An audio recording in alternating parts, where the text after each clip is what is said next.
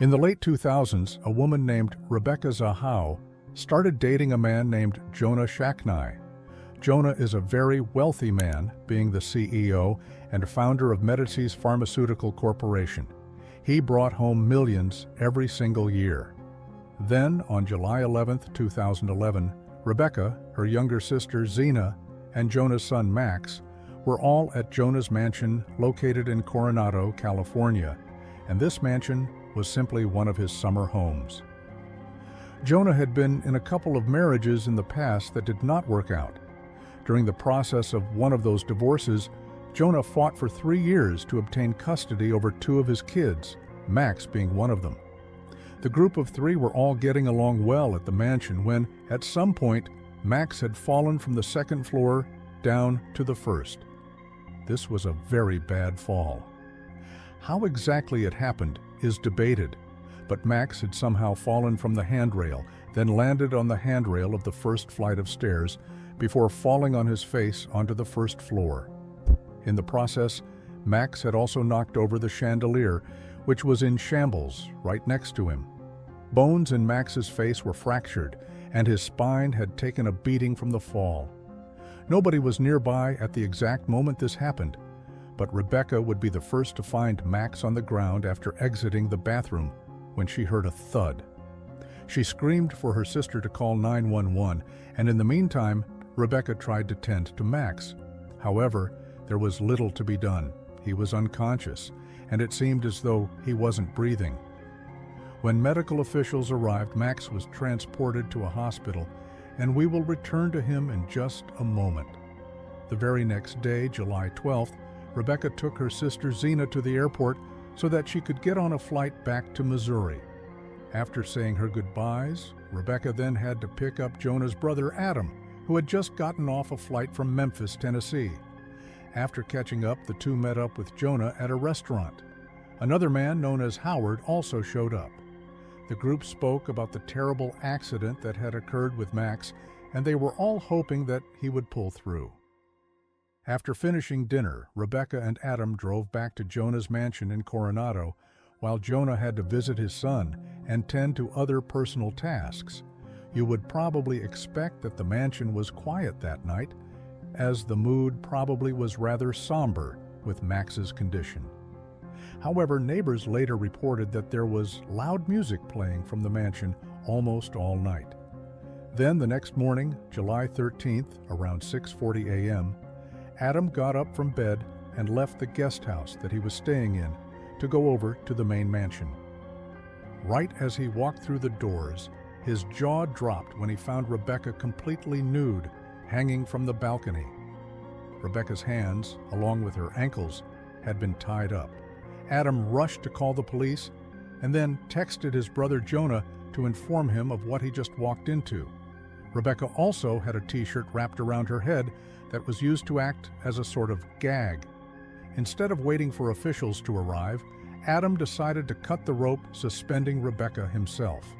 When medical officials finally reached the mansion, they determined that Rebecca was long gone, and they made several interesting observations.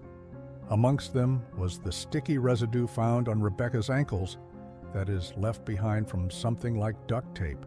Then there were the knots that were used to bind Rebecca. These, in particular, were often seen used by experienced sailors out at sea.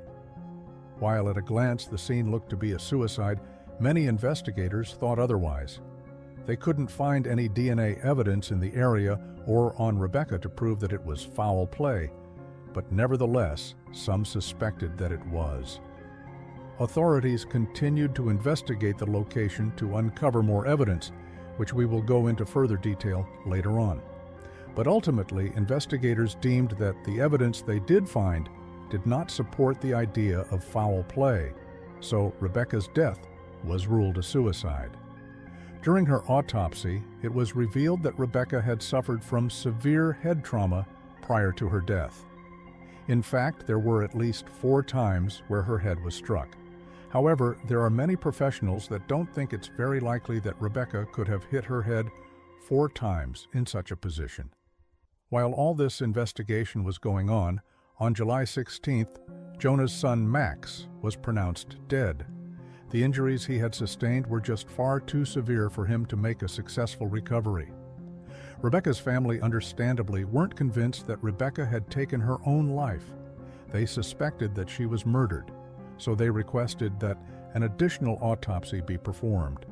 During the second autopsy, it was stated by a pathologist named Dr.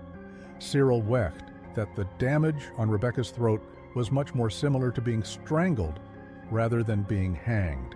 And then there's the obvious circumstances in which Rebecca was found. She was stripped of all her clothing, and her hands and ankles were tied up. However, it was pointed out that in several cases involving suicide, the person may decide to tie themselves up ahead of time so that if they change their mind in that split second, they can't actually do anything about it. Then it was proposed that the way the actual bindings were tied, including the shirt gag that was on her head, all of that couldn't be done by the same person that was being tied up. In response, authorities created a video displaying someone who tied such knots all by themselves. Nevertheless, there are many other details that, when paired alongside the bindings, cause people to stay firm on their stance that Rebecca was murdered. Now back to the actual mansion. If you recall, I said that because of insufficient evidence of a homicide, Rebecca's death was deemed to have been caused by herself. Well, this doesn't mean that there wasn't any evidence found. In fact, when the public learned of what was found at the scene, many of them were 100% convinced that foul play was involved. One such example is the message scrawled on the door to the bedroom that led directly to the balcony. In black paint, the following message was left behind. "She saved him? Can you save her?" Officials initially understood this as a note, while others believed that it was a message left behind from the killer. There were said to be paintbrushes and knives in the area, but all of them only had Rebecca's DNA on them. Rebecca was even known to be a bit of a painter in her free time, but when her family saw the message on the door, they instantly exclaimed that this was not Rebecca's handwriting. When Rebecca's family was interviewed, specifically her sister Zena, she revealed that Rebecca had sent her a text around 10 p.m. the previous night, so whatever happened occurred after that time. Further digging of phone records also showed that Rebecca exchanged messages with a woman named Nina Romano around 10:40 to 11 p.m. Nina is the sister of Jonah's ex-wife named Dina. The message she sent to Rebecca was her saying that she wanted to visit the house so they could have a talk about Max and the accident. However, Rebecca never actually responded to Nina's text. About 2 hours later, Rebecca then opened up a voicemail on her phone. At first, the sender's identity was kept a secret, but it was later shared that it was Jonah. But the actual contents of the voicemail were never explicitly shared. Authorities simply said that he was discussing Max's condition and how it seemed to be getting worse and worse. And this voicemail was actually later deleted. As the investigation continued, eventually Lieutenant Rich Williams, who worked in the Sheriff's Department's homicide unit, said the following: "We're confident that the initial investigation was handled properly, and we're confident in the science behind our conclusions, the evidence collection, and the work of the lab. After a thorough and comprehensive review of all of the existing evidence and searching for potential new evidence, everything points towards a suicide." So, according to officials, Rebecca really took her own life out of guilt for not being able to save Max. But Rebecca's family was not convinced. One of her sisters was quoted saying, "Becky did not commit suicide. My sister was murdered." They shared that while Rebecca was sympathetic about the situation and felt some level of guilt for not watching Max at all times, she understood that she didn't cause his death. So they went out of their way to hire new attorneys to look back into the case, and one of these attorneys, named Ann Bremner, said this on NBC's Today Show on September 30th, 2011. This was ridiculous on the face of it. And when she said this, she was insinuating something. Jonah's lawyer, Dan K. Webb, came out and responded to Ann Bremner by saying that she was implying Jonah had used money and his status in order to have the investigation end in a manner that he desired. This then led to warnings and threats of defamation and such. And while this has all been going on, I'm sure a lot of you are wondering if Adam Shacknai was ever looked into because he was the only known person near Rebecca at the time of her death. An investigation was done on Adam, and a wrongful death suit was filed against him. This legal battle went on for a very long time, as you would expect. But in April of 2018, a jury actually voted 9-3 that Adam was responsible for Rebecca's death. Rebecca's family was asking for $10 million in the lawsuit, but later agreed on a little over $5 million. However, the very next year, Adam appealed the judgment, stating that there was misconduct amongst the jurors, as well as other errors that skewed the results in the case. And his insurance company agreed to pay out $600,000 instead. Despite this, though, Sheriff Bill Gore said that Rebecca's death was an act of suicide. If you are leaning towards the possibility of Adam being responsible, you're going to find that many also believe that Nina and her sister Dina had the potential to also be involved, but both have denied any involvement and have not been proven to have a hand in Rebecca's death either. To this day, nobody has been charged with Rebecca's death, but due to the circumstances, much of the public seems to think that she did not take her own life. Yes, you read that right. This entry is called Jack the Stripper. This case is also commonly referred to as the Hammersmith Nude Murders, and as you can guess from that first name, the series of murders draws some similarities to Jack the Ripper. It is commonly agreed upon that there were at least 6 official victims tied to Jack, but it's also believed that there may be other murders committed by the same person that have not yet been officially linked to these cases. The killer's run spanned between 1959 and 1965 in West London, England. Most, if not all, of the victims in this string of cases shared similarities to each other. These included strangulation, being found naked, victims missing several teeth, and more. Let's begin on the morning of February 2nd, 1964. A man and his dog were on their daily walk near Hammersmith Bridge. The morning seemed mundane like any other, but the peacefulness that a mundane routine brings along is often welcomed. When the man got closer to this body of water, he paused to take in the fresh air and the view. However, during this pause, as he's looking around, he makes a disturbing discovery. Right there on the bank is what looks like a nude, unconscious woman. At first, he thought it was actually a mannequin, because the area was known for people throwing away their trash into the water. But as he stared at it, it became increasingly obvious that this was a real person. Officials were contacted, and they identified the person as a woman named Hannah Tailford. Upon discovery, it was noticed that she was beaten with several teeth missing. Her underwear had also been shoved down her mouth. After some digging into Hannah's past, it was stated that she was a worker. Hannah came from a poor family and didn't do all that well in education, forcing her down a less than fortunate path where she survived off of the money she made from work. As news of Hannah's death spread, acquaintances of hers informed police that she had gone missing about a week or so before she was found. Investigators did look deeper into Hannah's death, but they really didn't care all that much. It was almost as if, because Hannah was a worker, authorities thought her death was some standard workplace accident, like it was bound to happen and shouldn't be considered a crime. So after they looked at all of the obviously limited evidence, Hannah's case was left to be forgotten.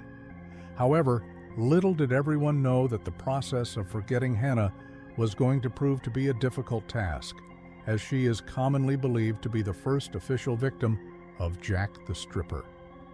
But as I shared at the start, there may be other victims who aren't officially connected to Jack, but have the potential to be. Fast forward about 2 months to April 8th, the second victim of Jack was found. This time, it was a woman identified as Irene Lockwood. Similar to Hannah, Irene was also discovered in a body of water, with Irene being found in the river in Chiswick. Another commonality between the two women is that Irene was also stripped of all her clothing. And I didn't share earlier, but Hannah was pregnant when she was found dead, just like 26-year-old Irene. Both women were also workers and had been strangled to death. As a result of all of these similarities between the two cases, investigators would tie Irene to Hannah. They now suspected that they had a serial killer on their hands. About 2 weeks later, yet another body was found. This third victim was 22-year-old Helen Barrell, whose lifeless body was found abandoned in an alley. It's often suggested that Jack may have been aware of the growing suspicion that Hannah and Irene were murdered by the same person. So, in order to avoid the now heavily surveyed bodies of water in the area, Jack was forced to leave Helen in the alleyway. Authorities quickly determined that Helen was actually new to London and had moved there in order to find work that would lead her down a path of wealth. But this didn't exactly work out for her, and just like with Hannah and Irene, Helen also turned to sex work. Meanwhile, investigators had taken a look at previous crimes that held similar details to the 3 murders that we have just discussed, and they found 2 particularly interesting cases, the first of which involved a 21-year-old worker named Elizabeth Figg. On a cool summer night in the middle of June in 1959, Elizabeth had a client set up that night and was seen stepping inside a vehicle, which was also driven by a man. This was the last time anyone had seen her alive. And just like with all the other victims, Elizabeth was found with a majority of her clothing removed and was strangled. Then in November of 1963, the body of 22-year-old Gwyneth Reese was found near a river located in Mortlake. While both of these cases share a ton of similarities to the rest of Jack's murders, they aren't officially connected, but a lot of people believe that they have the potential to be Jack's earliest victims. By the time Helen's body was found, news of Jack the Stripper had spread all over London. Those that were within the local worker community grew scared and anxious, because any one of them could be next, and they had no idea who they should be looking out for. And a woman named Mary Fleming would be the next person to encounter Jack. She was 30 years old at the time of her death. Mary's life seemed to be going smoothly a while back. She was married and had 4 children, but her relationship with her husband quickly turned sour, and the two split. This led to Mary going into SE work. Her body was not found in or near a river, but instead on a street in Chiswick on July 14, 1964. Fast forward about 4 months to November, a 21-year-old named Margaret McGowan was found dead. The primary difference with Margaret and the other victims was that Margaret was found in an area that was much better off than the previous victims. Margaret's main clients consisted of people with a steady or high income, including businessmen and even some powerful politicians. But after asking the residents of the area, investigators realized that Margaret had actually disappeared a while ago, sometime in October, so about a month. She was reported to have been seen getting inside of a Ford Zodiac before disappearing. And up to this point, investigators had no idea what the culprit looked like. But luckily for them, the same witness who had seen Margaret get inside a car was able to provide some details about the man who may very well be responsible for these killings. The information resulted in the following sketch, and that brings us to Jack's last confirmed victim, who was found in February of 1965. Her name was Bridget O'Hara. She too was found about a month after going missing and was also a worker. The fact that all of these victims had disappeared prior to being found dead led to investigators concluding that they were being stored somewhere. The discovery of Bridget's body led to a pretty significant lead. It was stated that her body was ever so slightly mummified, which meant that she was likely left somewhere with a heat source. After sweeping the area, authorities determined this heat source to be a transformer. And there is one detail about all of the victims that I have not yet shared. They all had these little pieces of paint on them. And nearby that transformer was a paint shop, which contained the exact same paint found on the women. It seemed like officials were on the brink of bringing the killer to justice. But this is where the case seemingly meets a dead end. Any leads after this point proved to either be redundant or just didn't progress the case in any way, and eventually the case went cold, with investigators unable to determine an identity for Jack the Stripper. Investigators believed they were very close to solving the case, going as far as to say that they were confident that they had the name of their killer, or rather, they had a list of names, and they were certain that Jack was amongst a dozen or so people that they had lined up. Amongst those names were Ireland, Kenneth Arkell, Freddie Mills, and many more. But those names that I just listed are amongst those that are more frequently discussed amongst investigators at the time. Mungo Ireland seemed to be the most likely suspect. However, Ireland ended up taking his life in 1965.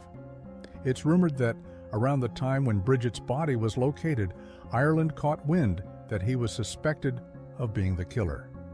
You see, Ireland worked as a security guard in the same area where Bridget was found. Not only that, but he had access to the paint shop and the transformer during his night shifts, which was a perfect time to drop off the bodies if he were involved. Before his death, he left behind a note that said that he couldn't stick it out any longer. There is debate on whether Ireland meant that he was the killer or if he just couldn't deal with the stress of potentially being framed for the murders. Either way, while some believe Ireland could be Jack, others like to point to the fact that Ireland had a solid alibi, putting him in Scotland during the period in which several of the victims went missing or were found dead. Another suspect that is frequently mentioned is named Harold Jones. Harold has a criminal history, being convicted of murdering 2 girls back in 1921, which got him a life sentence in prison. Prosecutors were aiming for the death penalty, but due to his age, he wasn't eligible for it. He was just 15 years old at the time, and the murders of those 2 girls share some details that are the same with the Hammersmith murders. The girls' names were Frida Burnell, who was 8 years old, and Florence Little, who was 11, both of whom were lured by Harold to locations where nobody was around. About 2 decades into his sentence, Harold was released and was seen by several people in southwest London around the late 40s and early 50s. Harold later got married and raised a family around Hammersmith in the 60s. However, it should be stated that Harold is only a recent suspect. During the height of the crimes, Harold was never really looked into by investigators. It was only in the last couple of decades when investigators and researchers stumbled upon Harold and tied him to the killings. Now, it's entirely possible that I'm seeing things, but if you ask me, the sketch and Harold are pretty similar. As most of you know, these police sketches are often exaggerated, so particular details can stick in people's minds. The sketch shows a man with really pronounced and sharp ears, which you can kind of see in Harold. There's also the clean, combed-back haircut, but obviously these similarities could very well just be coincidence. And another detail many like to point to is that all of the Hammersmith victims were of a similar build. They were all rather short, skinny, just overall very small women. Those that suspect Harold believe that he only targeted smaller women because this was a fetish or interest he developed from killing those 2 girls back in his teenage years. However, it should be stated that Frida and Florence didn't show any signs of assault. But without definitive evidence to back this route up, it's impossible to say if Harold was indeed Jack. If you found this case as fascinating and disturbing as I did, hit that like button. Subscribe to Criminologist for more dark and mysterious true crime stories. And remember, evil often hides in plain sight.